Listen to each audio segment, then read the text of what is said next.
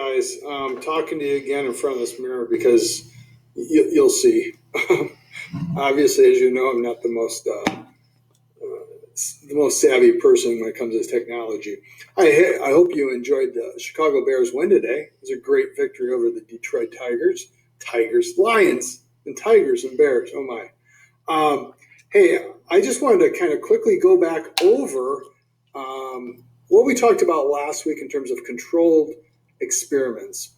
If you recall, the example I gave you was the video where it showed the two plants, plant A and plant B. And if you recall, they wanted to know what was the effect of fertilizer on plant growth. So one of the plants got fertilizer, the other one didn't. The fertilizer, since it was what was being tested, is called the independent or manipulated variable. The manipulated or independent variable, which was the fertilizer, only goes to one of the plants because that's what's being tested. The other plant did not receive the fertilizer. However, both plants had everything else exactly the same, if you remember that. They had the same amount of water, same time of watering. They had you can't even see my mouth move. Same amount of water, same time of water, amount of sunlight, same type of soil, amount of soil, same size pot, same temperature. All the conditions or all the other variables were the same. And those are called your controlled variables.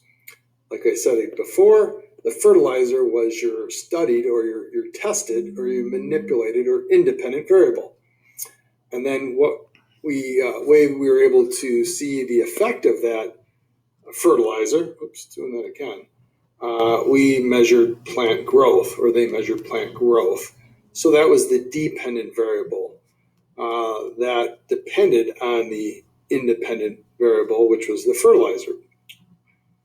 Sometimes that's also called the responding variable. Okay, here's what I was thinking today. I want to see, I make brownies a lot. I love brownies.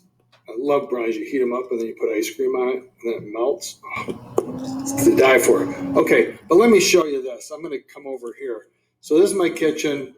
Don't mind the dishes. My servants haven't showed up. My servants are my kids. No, but look over here. Oh, that's bean soup. Boy, it looks good, doesn't it?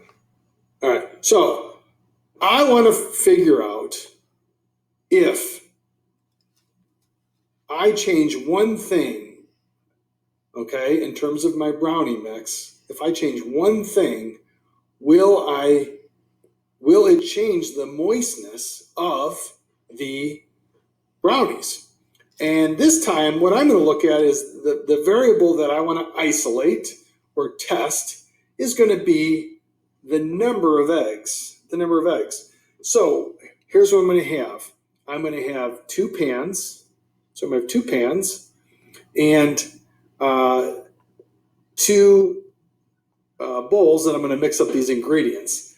But just so you know, the ingredients are going to be identical. They are going to be the exact same. So let me share with you with this. Both groups are going to get 2% milk, and they're each going to get a half a cup.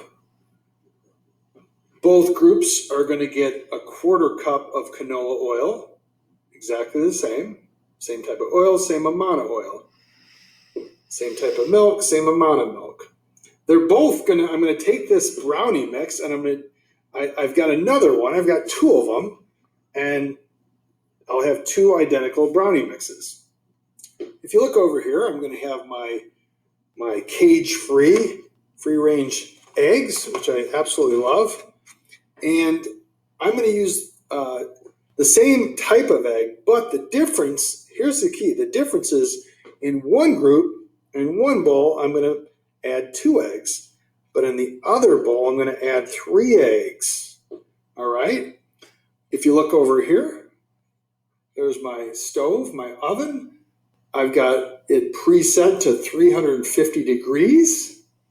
And I will put them in at the exact same time, and I will also keep them in the oven the same amount of time. So same temperature, same amount of time, 20 minutes at 350 degrees. Okay, so if you have paid attention to what I've asked earlier, now I would like you to maybe make a list. You can pause this video, you can go back and replay it, but you may want to make a list as to what was the independent variable. What was the one thing that's going to be different between the two different brownie mixes that I'm going to make? And then the next question would be, what were the control variables? What were the ones that were going to be exactly the same? And then the third one is going to be the responding variable, which is also called a dependent variable. How will I know if my hypothesis is right? And I didn't give my hypothesis. Here's my hypothesis. I predict by adding one extra egg, I'm going to increase the moistness of the brownies. That's my hypothesis. So by adding one extra egg, I will increase the moistness of the brownie. Okay? So my dependent variable or responding variable would be the moistness of the brownie, right? Okay, so I'm going to pause this now. All right, I want to show you what I wrote out. So this maybe will make it a little bit easier. So here's the hypothesis. If bowl A, which would just be one of the mixes, if one of the brownie mixes, and we'll designate that bowl A, receives an extra egg, then it will make the brownies more moist.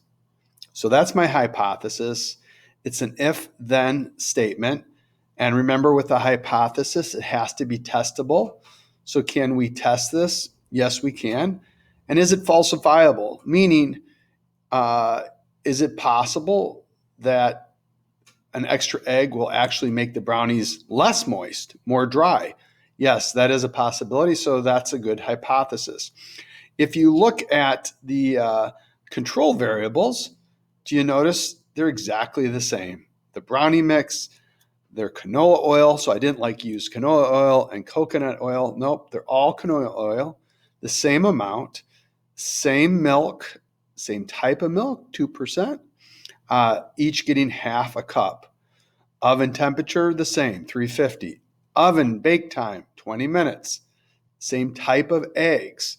So as you can see, these are the controlled variables.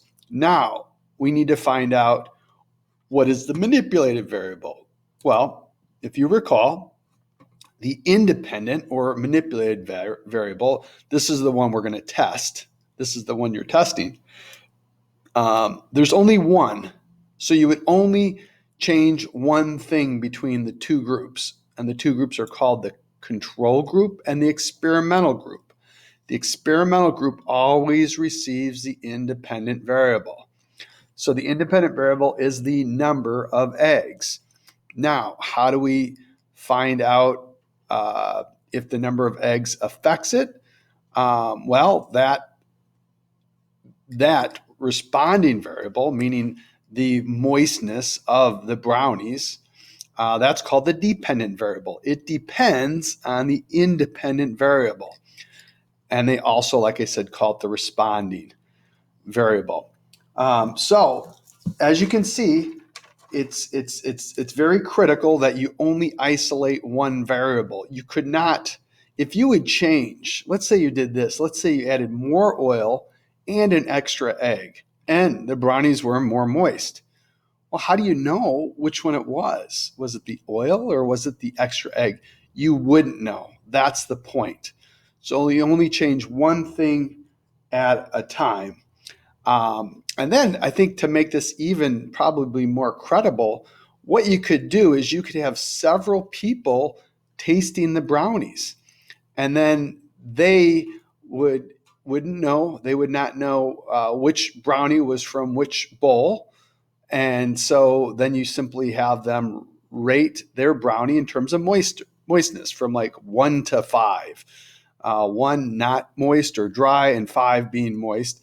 And then once you got all of the data, and that's called taking a qualifiable data. It's like moistness is kind of a quality, but then you're turning it into a ranking system, like a 1 through 5, and then that makes it quantifiable, quantifiable, a number.